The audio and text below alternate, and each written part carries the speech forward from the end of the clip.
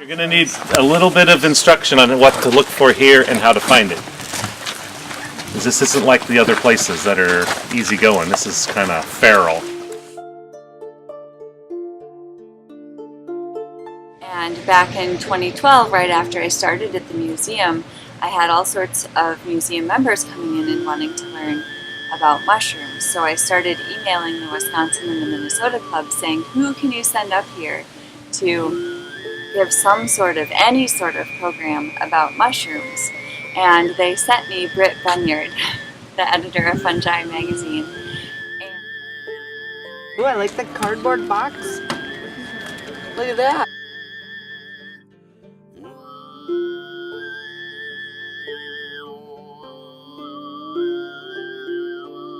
No, my two main interests is in mushroom toxicology and the health effects of mushrooms. And my second latest passion is watercolor painting.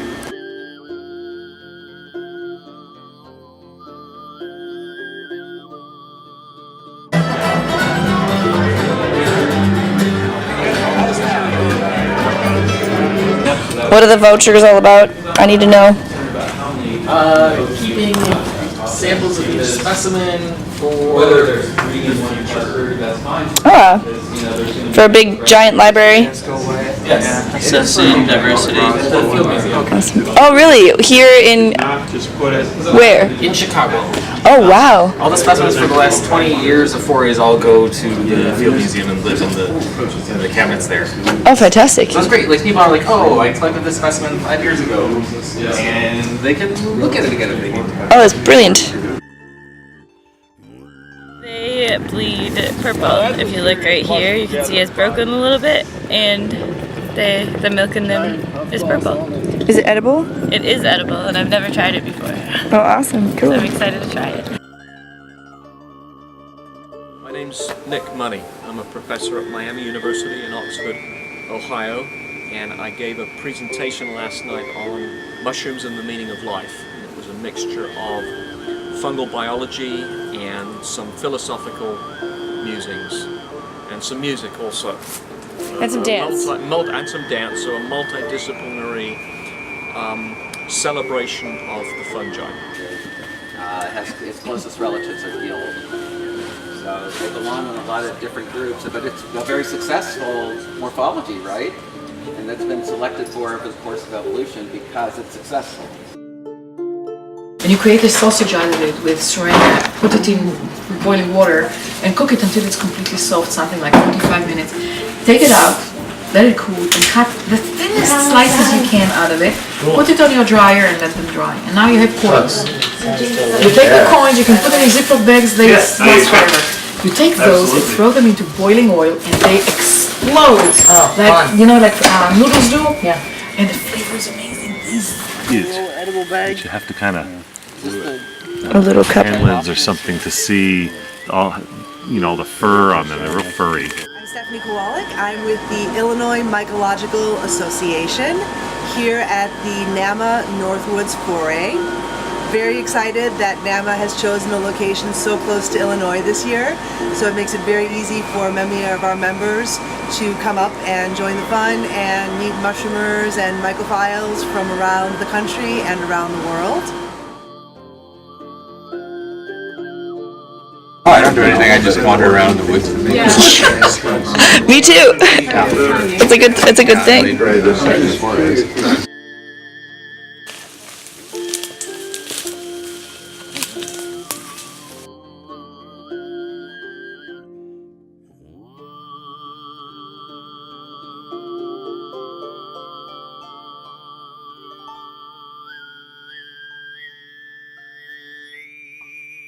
Weird. So there's some weird amanitas that are not known to science.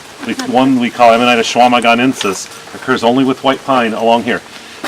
Talking this afternoon, title of the talks is Myths and Misunderstandings about Mushroom Toxins. So you taught the workshop, right, on mushroom photography? Yes. This is a jelly fungi on an Ectoloma.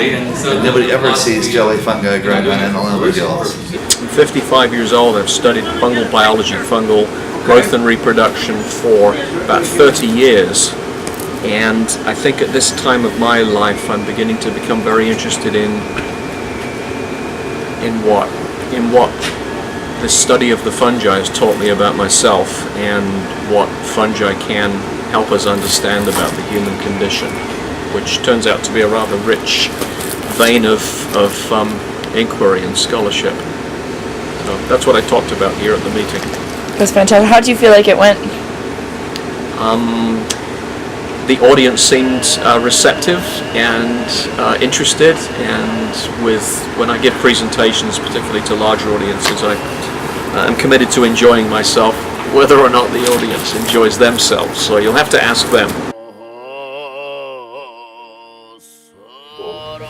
But I did not connect it to that night until 2010, when Britt asked me to write an article about this for Fungi magazine, and I did 2 articles, one on the mushrooms themselves, the other on the experience. And at the same time, I found a Scientific American article with the initial research coming out of Johns Hopkins on the use of these mushrooms in making people more empathetic and giving about a 70% cure rate for PTSD from one treatment, lifetime. And where we're going today, I've been there many times and it's really beautiful. And so the further north in Wisconsin you go, the more lichens you have, because you're getting away from the city, you're getting away from the pollution. So there's a huge diversity of lichens that's here and not anywhere else. And interestingly, this is the total opposite of every other kind of organism. Every other kind of organism has more diversity as you go toward the tropics. But the most diversity of lichens is in the Arctic. And so it's a total opposite direction that maybe because of lack of competition, you know, there's lots of reasons probably. So the lichens are, you know, very popular, and we should be collecting, as Dorothy will tell us, we should be collecting lichens at every NAMA Foray, and we should have a lichen person who is identifying all those lichens. Richard Jacob from West Pennsylvania Mushroom Club. Wonderful. How long have you been coming to the NAMA Foray? About 4 years. I would like to do workshops and be able to educate people. Joe from Field and Forest is here doing a shiitake log demonstration, and I think stuff like that is really good for the community. If you are from Europe, especially Hungary, Germany, they go cuckoo for them. This is one of the best edibles there are. The conversations that I have here are absolutely fascinating. I meet such interesting people with such different life perspectives, and yeah, it's been really a glorious experience. Lichens we'll hear about later are actually fungi, partnering with algae. But there's a long tradition. I was talking about that. We don't know why. It's like the study methods for lichens And I looked back and I said, my God, that's what had happened to me. It changed me from a hard-nosed, hard-driving physical scientist to more of a biologist, empathetic individual. And the change has been permanent. My name is Albert Casiero, C-A-S-C-A-R-O. I live in Silver Spring, Maryland. I've been there for, I don't know, 37 years after being in New York. But my passion for mushroom is to go out in the woods, pick especially the edible ones, photograph them, but mostly cook it and eat it. Are you a mycologist? Or are you a citizen mycologist. I like that. Have you been having a good time with this foray? Yes, absolutely. Yeah, it's pretty amazing. Yes, a lot of mushrooms. What do you think about the North Woods? The North Woods are very dull and lacking in biological diversity. It really is a sort of a northern desert here, isn't it? This part of the United States of America. I long to be back in Cincinnati, where there's plenty of biology. Really? That is super interesting. This is not serious. I've been doing this for quite a bit too. He's been very modest.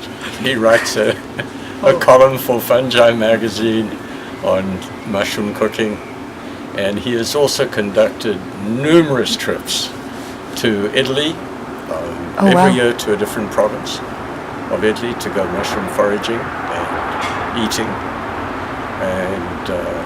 And now we're starting to go to, he's taking groups to Spain.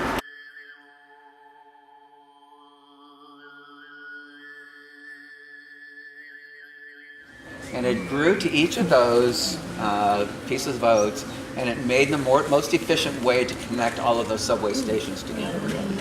So exactly matched what the engineers have done. You don't have to design those subway stations. And there were some places that were actually better than the What is that? I don't actually know what it is. Any idea?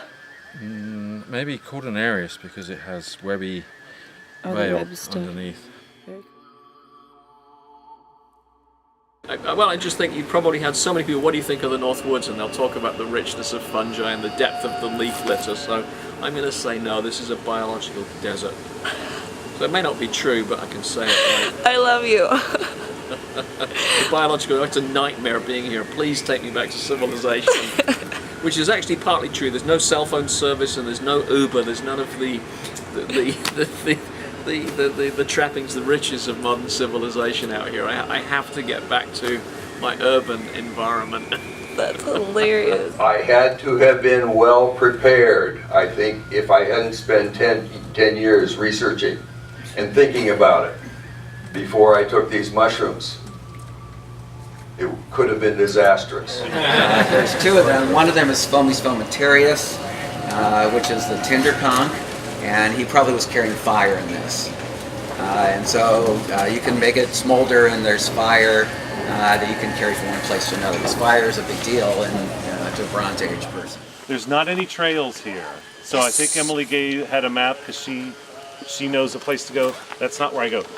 This area, believe it or not, all the really beautiful areas you went to, and it was super pretty hiking, this is not like that. But this is my favorite spot. There's a lot of super rare things here, and we will find them today. There's this great big brown chanterelle that we did not see yet this year, but it's always in this, well, it's actually other spots, but I mean, the last time I saw it was just right in here. Mycologists are crazy.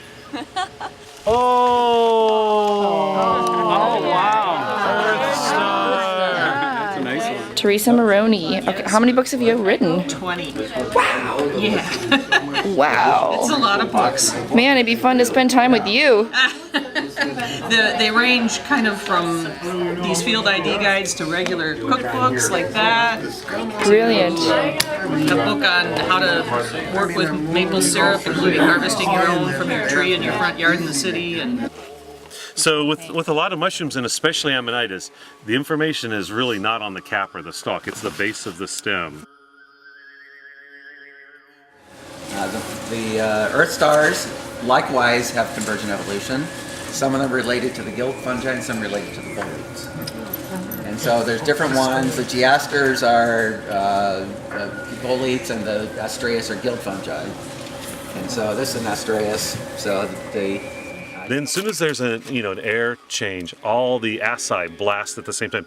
So if it's really big and dramatic, you'll hear it go. Oh, really? So maybe full it.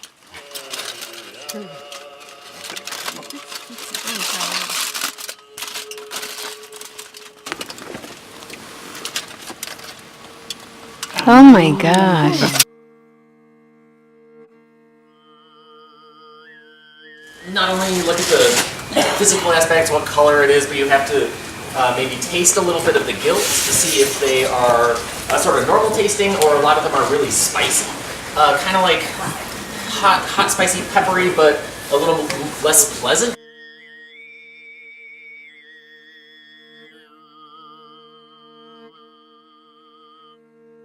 And then when it dries out, it closes back up, and it can do it over and over. So when you get this home, if you take, you should take it home, get it back off the table, and put it on your dashboard or something. When you get home, it'll be closed back up.